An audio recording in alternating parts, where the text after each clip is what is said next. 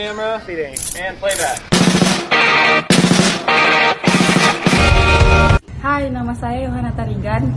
Hai, saya Emilia Pinam. Hai, nama saya Deandra. Hai, nama saya Jeremia. Hai, nama saya Ferluman Turwan. Hai semuanya, salam sehat. Kami dari kelompok 3. Berikut penampilan kami yang membahas mengenai e-government yang diampu oleh Bu Dara, mata kuliah e-government. Semoga videonya dapat bermanfaat. Selamat menyaksikan. Halo semuanya, saya Jeremia. Apakah kalian pernah mendengar tentang e-government? Menurut Bank Dunia, e-government adalah penggunaan teknologi informasi oleh instansi pemerintah seperti One Area Network atau WAN, mobile computing yang dapat digunakan untuk membangun hubungan dengan masyarakat, dunia usaha, dan instansi pemerintah lainnya. Kemudian, menurut Webkominfo, e-government merupakan pelayanan publik yang diselenggarakan melalui situs pemerintah, di mana domain yang digunakan juga menunjukkan domain pemerintah, yakni go.id.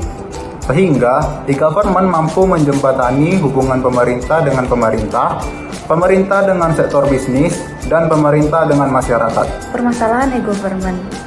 Adanya ketidakrataan pengimplementasian e-government di wilayah perbatasan Indonesia yang disebabkan oleh letak geografis dan keterbatasan sarana dan prasarana vital seperti akses dan media komunikasi. Contohnya, perbatasan Provinsi Sulawesi Utara di Kabupaten Kepulauan Talaut. Pengimplementasian e-government di daerah ini dalam lingkup government to government masih dalam tahap 1, yaitu persiapan.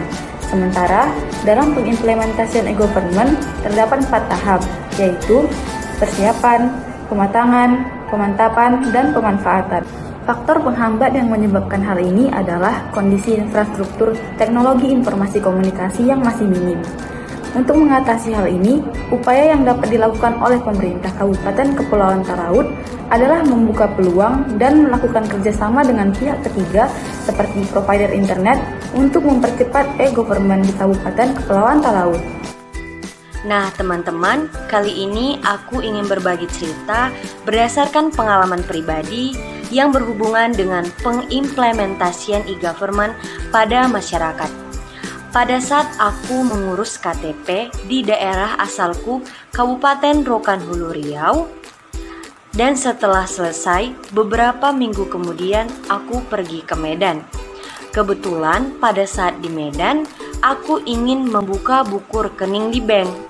Tapi ternyata saat membuka buku rekening, aku mengalami kendala di KTP karena KTP-ku belum di-online-kan.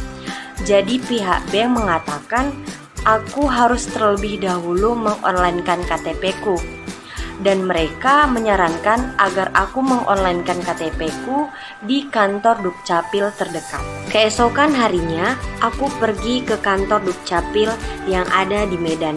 Dan pada saat aku meminta agar KTP-ku di-onlinekan, pihak Dukcapil menerima dan langsung memprosesnya.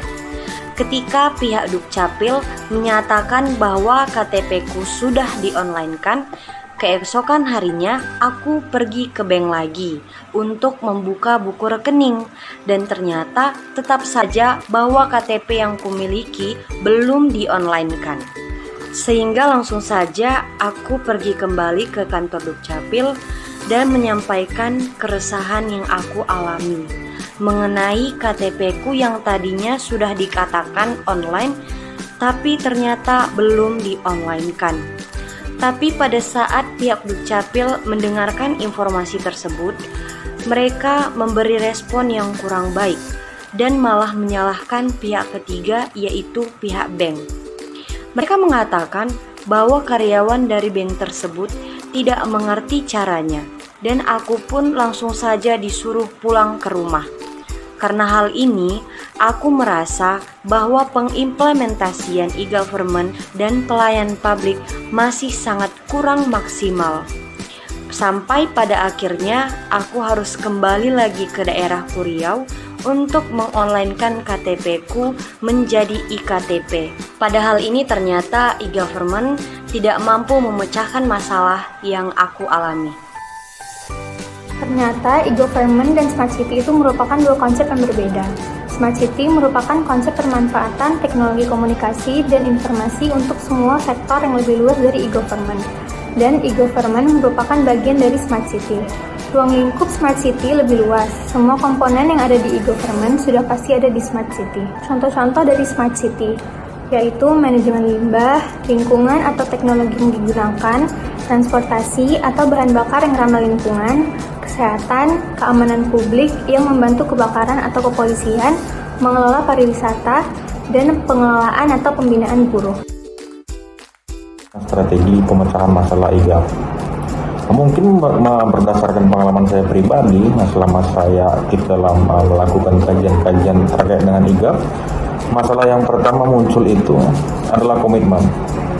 Apapun itu strategi, apapun itu program yang dilakukan, jika tidak ada komitmen dari para pimpinan sampai dengan ke akar rumput, yaitu pegawai pelaksana, maka tujuan-tujuan itu tidak akan tercapai. Yang kedua, memang di era sekarang ini kurang adanya profesionalisme di dalam menjalankan tugas. Yang ketiga, yang di lapangan yang kita ketemui, kurangnya tenaga yang terampil dalam pelaksanaan IGAF. Sehingga ketika sistem itu ada, sistem itu dikemas sebaik mungkin, tetapi dalam hal operasinya itu sangat kurang. Jadinya pelaksanaan IGAF itu tidak berjalan dengan baik. Sekian dari kami, terima kasih.